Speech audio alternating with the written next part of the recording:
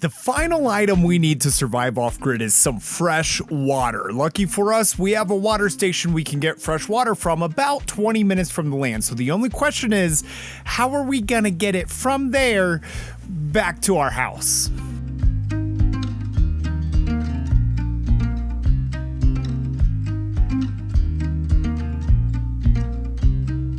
Now yes, we do have a well dug. It came with the land, but well pumps are expensive and require electricity. Due to the depth of the well, the wiring alone will be around $1,000, and we need a solution now.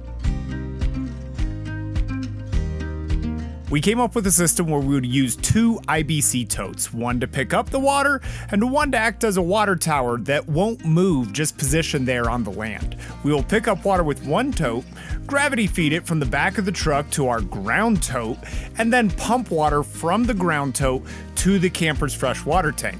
Now for this, we need 2 IBC totes, which we were able to find on Amazon, Facebook Marketplace, something like that. I'm not sure, ask my wife, she does the purchasing in the family.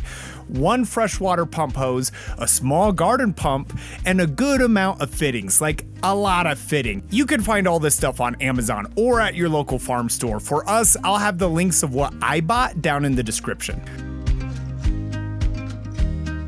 Depending on the totes you buy and where you get your water from, you may need different conversion fittings, so definitely do your research, but the basics of all this will be about the same.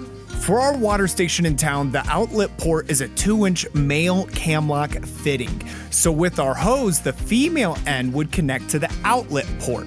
Since the other fitting on our hose is a male end, we purchased a 2-inch female camlock conversion to attach to our truck tote, which our totes, we got lucky, they just have a 2-inch threaded pipe, so this was a really simple process. This way we can create a solid connection between the water pump and our tote without ever having to hold or secure the hose with our hands, which is required for use of the pump. Now, it's important to remember this little lever right here. This controls the flow in and out of your IBC tote. I have forgotten that before, and it took me a second to figure out why is water not going into my tote. So as soon as it ends, make sure you turn this lever back off because you don't want all your water backflowing as you take your hose off. Another fun mistake is forgetting to put your cap back on and then wondering why it's only raining on the back of your car on the drive home. So now that we're back home, it's a little bit easier from this point forwards, at least until we get to trying to fill up the camper. So all I do is take the exact same hose I filled up with and I drag it over from the truck to the ground tote. Once it's all set up and I'm slowly gravity feeding, I can just kind of leave it alone out here. Sometimes my kids come out here and play, but this is the easiest part of the whole process. So this works easy now for me because I'm on a hill and I'm able to actually take my water and gravity drain it down. But there are a couple different ways that you could do this. You could create a water tower so that this was higher up and then you're gravity feeding into your camper. What you could also do in this situation is have a small utility trailer. If you had a utility trailer, you could just pull your utility trailer up, unhook it, make sure it's level, and then leave it here. That way you wouldn't have to do 2 totes, you could just get away with 1 tote. Now it's super useful to have a water goblin. Water goblins monitor the level of your water and then tell you when you're empty. Hey Rai, are we empty yet? We're empty. Flying ninja! Oh, yeah. Gotta love your water goblins. Got the ground tote filled, so now we just need to be able to get the water out of the ground tote and into the camper. In the camper we've got a freshwater pump, so we just got to fill up the fresh tank in there. Now all ground totes come with a different connection down here, so check what you have. Ours was a 2-inch ball valve with a threaded setting, so I was able to go to Amazon, and the link will be down below, and get a kit to convert that 2-inch thread down to a garden hose thread. And here's our, drinking water safe garden hose. The one thing to point out here though, is if this is ever closed because you're disconnecting water hoses, make sure your kids know to turn it back on, because next time you send them out to go fill up the fresh water, they're gonna burn out your pump, which is what just happened yesterday.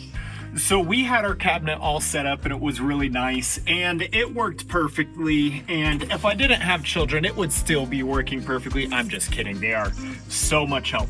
This little pump we were able to get for about $50 on Amazon, and it's not extremely fast, but it gets the job done. It's not a ton of watts, so it doesn't burn out the battery, doesn't overstress the generator. It plugs right into our GFCI that we have on the outside. That was absolutely perfect for us, is now absolutely useless. So we got a new one. So the pump's super simple. We've just got an on-off switch. Most water cabinets on RVs these days have a GFCI outlet for your 120 volt plug in there. That's typically for your cable or whatever. When you look at the front, you'll notice that two threaded sections are on here. So you probably need a converter. I'll show you that here in just a second. And so the water's going to be going into one direction and out the other. And I actually flip that around. So the water's going to come in here. And if you look real up close, you'll see outlet port. So you want to make sure that water's coming in this side and coming out that side when you set up your hoses. Okay, so we've got our pump, we're ready to get it set up. This hose right here is our feeder hose. I'm actually gonna shorten this in a bit, but I'm gonna wait till my heated hose gets in. So from this hose, it's going to go straight into my freshwater tank. So I want this part, the part going into my freshwater tank, to be connected to my outlet port. So this hose right here is the one that we just saw coming from my ground tote. And this one is about to get exchanged with a heated hose. That heated hose is just gonna plug right up in here into my water cabinet, the same place my pump is plugging into. But for now, we'll go ahead and just hook up the pump to it. Otherwise, we're not taking showers tonight. Now with standard hoses, if everything on your RV is just normal, what you're gonna need is you're gonna need this double female end. That's gonna allow you to hook up from this pump into just a normal hose without having to reverse any orders. So the easiest place to do it is right here at the pump. Also, we're gonna have to evacuate the pump, meaning we're gonna have to get all the water out of the hose whenever we're filling up during the winter. So evacuate the hose lines, the pumps, make sure nothing's in there to freeze. So I like using these brass quick disconnects. And actually they're not brass, I don't know that they look brass. What are these, copper? It said it was brass. Okay. You can buy them at any Home Depot or Ace, and they're about $4 or $5 a pop. But the cheapest way to pick these things up is you can get a pack for $7 or $8 on Amazon, and those come with like 6 of them. So I highly suggest some quick disconnects. And then once you get those set up, you get your female to female end. That's gonna go in right here. Now this is the water that is coming from the ground tote. So this should go to the inside. So I'm just gonna thread that on nice and easy. And if you wanted to get Teflon tape, you could do that. And now as soon as I plug this thing in, we're ready to pump water into our fresh tank. Okay, so that's it for this side of the equation. I got my ground tote, I got my conversion kit to get from my 2-inch down to my garden hose. I've got my freshwater hose coming over to the pump. From my pump, I've got a hose going into the freshwater. Now I just set all my RV settings, turn this little switch right here, and we're good to go.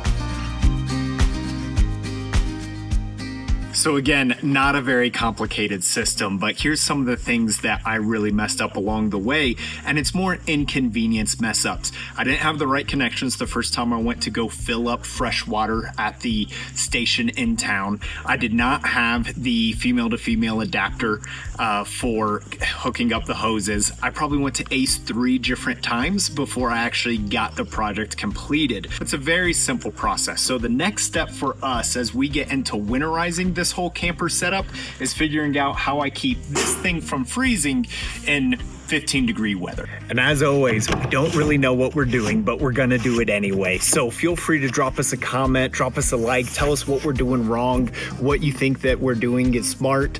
Like, really come alongside us in this journey, and we can't wait to see you for the next video.